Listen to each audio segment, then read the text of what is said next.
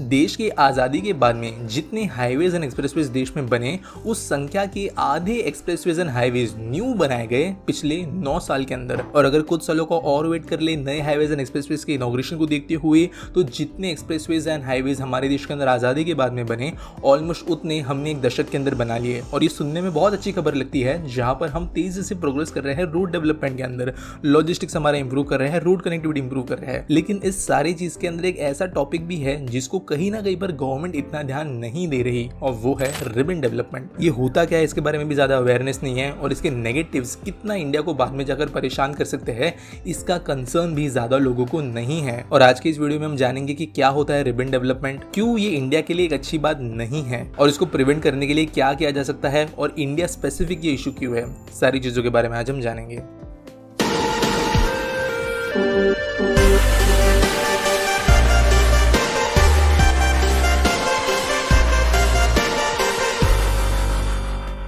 सबसे पहले समझ लेते हैं कि रिबन डेवलपमेंट क्या है, और इसको समझने के लिए जरूरी ये है कि आज देश के अंदर रोड्स एंड हाईवेज कैसे बन रहे हैं। रोड्स हाईवेज में दो प्रकार के होते हैं, ग्रीन फील्ड या ब्राउन फील्ड। ब्राउन फील्ड यानी वो रोड्स एंड एक्सप्रेसवेज जो किसी existing urban area, populated area के बीच में से गुजरते हैं। यहाँ पर जनरली जो पुराने हाईवेज एक्सप्रेसवेज है उनको ही एक्सपांड किया जाता है, वाइडन किया जाता है, थोड़े बहुत बाईपासेस निकाले जाते हैं, फ्लाईओवर्स, टनल्स बनाए जाते हैं, ताकि रोड की कनेक्टिविटी बेहतर बनाई जा सके। लेकिन इनके अंदर दिक्कतें ऐसी आती है कि जमीन अर्बन होने की वजह से इसकी प्राइस ज्यादा बढ़ जाती है, यहाँ पर पॉपुलेशन की वजह से कंस्ट्रक्शन स्लो हो जाता है, और कोई डिस्टेंस के अंदर ज्यादा फर्क पड़ता नहीं, क्योंकि एग्जिस्टिंग रूट पर हम भी बना रहे हैं। गवर्नमेंट आजकल ज्यादा ऐसे रोड्स नहीं बना रही, बल्कि ज्यादातर बड़े प्रोजेक्ट्स ग्रीन फील्ड अलाइनमेंट में बन रहे हैं। ग्रीन फील्ड मतलब क्या, बेसिकली ब्रांड न्यू रूट पर बना हुआ ब्रांड न्यू रोड।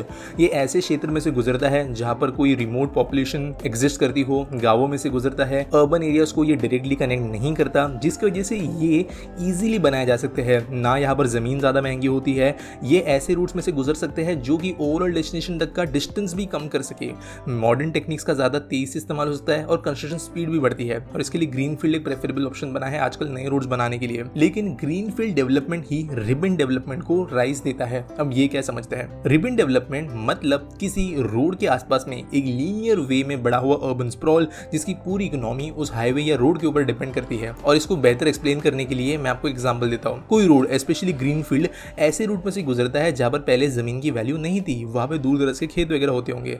लेकिन जब रोड बन जाता है तो रोड से लगती हुई कई जमीनों की वैल्यू आसमान छूने लगती है, और ये आसमान इसलिए छूने लगती है क्योंकि ये रोड से लगी हुई जमीनें अब इकोनॉमिकली वायबल बन जाती है कई चीजों के हिसाब से। सिर्फ रेसिडेंशियल पर्पस के हिसाब से हम बात नहीं करेंगे, कनेक्टिविटी अच्छी बन गई, लेकिन अब ये जो रोड है ये कई बिजनेस को बहुत बड़े लेवल पे सपोर्ट कर सकता है, चाहे वो पेट्रोल पंप्स हो, होटल्स हो, ढाबे हो, लॉजिंग हो, मैकेनिक्स हो, कई दूसरी चीजें जो हाईवे के आसपास होती है। और ये चीजें जनरली किसी नॉर्मल शहर की तरह नहीं बनती, लेकिन रोड से चिपक चिपक कर बनना शुरू होती है।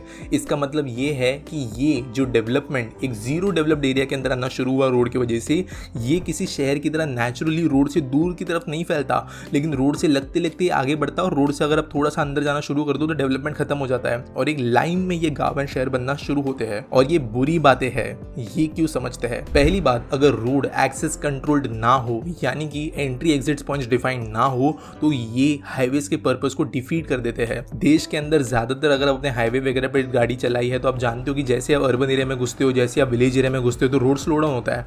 अर्बन डेवलपमेंट वही चीजें करवाता है। जैसे जैसे ये हाईवेज के ऊपर ढाबे वगैरह बनना शुरू हो जाते हैं, गाँव बनना शुरू हो जाते हैं, तो यहाँ पर कंजेशन बढ़ने लगता है, रोड के ऊपर ट्रैफिक जो है वो बढ़ने लगता है। और स्पेशली ये लोकल ट्रैफिक होता है जो कि स्लो मूविंग होता है, बाइक्स, ट्रैक्टर्स वगैरह का, और ये हाईवे के स्पीड को स्लो डाउन करता है। दूसरा इशू आता है लॉस ऑफ एग्रीकल्चरल लैंड का। हालांकि हाईवे के आसपास की ये जमीनें पहले एग्रीकल्चरल थी, लेकिन अब बिजनेस के तौर पे डेवलप करने की वजह से जो एक्चुअली कल्टिवेबल लैंड है उसका इस्तेमाल कम हो जाता है, जो ओवरऑल फार्म रिलेटेड एक्टिविटीज को कम करवा देता है। अगला इशू आता है रोड को होने वाला नुकसान। अब इसका मतलब क्या है, कई बार ये जो रोड साइड डेवलपमेंट्स होते हैं वो जो एग्जिस्टिंग हाईवे एक्सप्रेसवे है उनके बैरिकेड्स को निकाल देते हैं, उनके यहाँ पे कंस्ट्रक्शन के दौरान ट्रक्स वगैरह जाते हैं, जिसकी वजह से रोड के अंदर गड्ढे पड़ते हैं, लोकल ट्रांसपोर्टेशन, पार्किंग, और दूसरे जो जो इश्यूज यहाँ पे क्रिएट होते हैं उसकी वजह से एक्चुअल जो हाईवे है उसको नुकसान होता है। कई बार ये लोग स्पीड ब्रेकर भी डाल देते हैं बीच में ही अपनी मर्जी से, जिसके वजह से यहाँ पर जो मेन हाईवे है उसको फिजिकल नुकसान होता है। अगले नेगेटिव की बात करें तो वो है स्प्रॉल्ड एंड डिस्पर्स इंफ्रास्ट्रक्चर।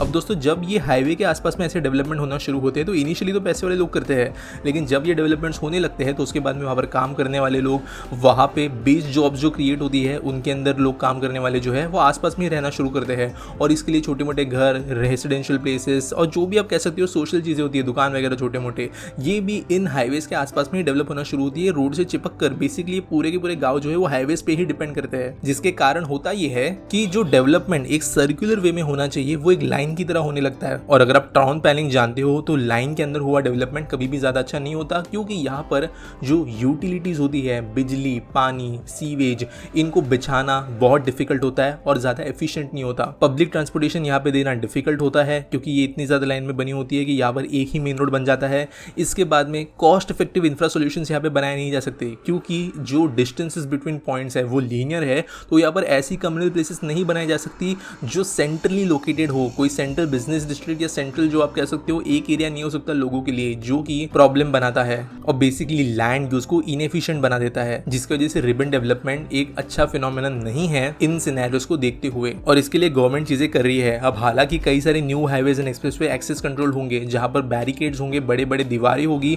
हाईवेज के आसपास में, जिसकी वजह से ढाबे वगैरह यहाँ पर लगवाना डिफिकल्ट होगा।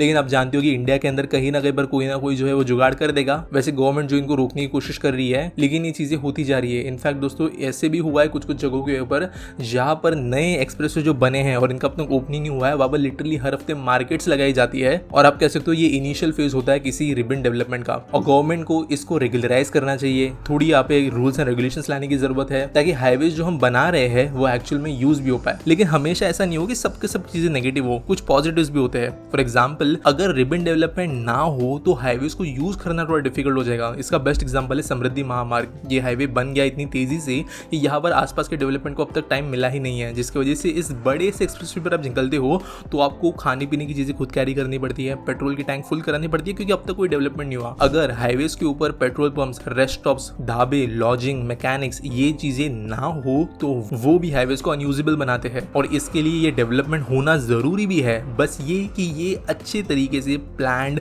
और proper efficient usages of land के साथ में होना चाहिए। और उसकी वजह से पूरे के पूरे गांव डेवलप नहीं होने चाहिए, बल्कि सिर्फ इकोनॉमिक एक्टिविटी डेवलप करने वाली चीजें होनी चाहिए, जबकि नेचुरल एंड प्रॉपर तरीके से हाईवे से दूर गांवों का डेवलपमेंट हो सकता है। अगला ऑब्वियस बेनिफिट है इकोनॉमिक अपॉर्चुनिटीज। वैसे भी रिमोट एरियाज के अंदर एग्रीकल्चर को छोड़ के ज्यादा इकोनॉमिक एक्टिविटीज होती नहीं है, जॉब डेवलपमेंट नहीं होता है, जिसकी वजह से ऐसे जो भी चीजें डेवलप होती है रिबन डेवलपमेंट के अंतर्गत, शॉप्स, रेस्टोरेंट, सर्विसेज, ये चीजें लोगों को जॉब्स प्रोवाइड करती है, पैसे लाने के लिए सोर्स बनाती है और लैंड वैल्यू को ऊपर ले जाती है, जो कि इंडिया जैसे देश के लिए एक बहुत जरूरी बात है। तो इन कंक्लूजन अगर कहूँ तो ये एक मेगा प्रॉब्लम नहीं है, लेकिन अगर नहीं ध्यान दिया गया तो ये देश के एक्सप्रेसवे नेटवर्क के अंदर, हाईवे नेटवर्क के अंदर प्रॉब्लम बन सकती है। यहाँ पर प्रॉपर लॉज एंड रेगुलेशन लाने की जरूरत है। और ऐसा नहीं कि गवर्नमेंट कुछ भी नहीं कर रही।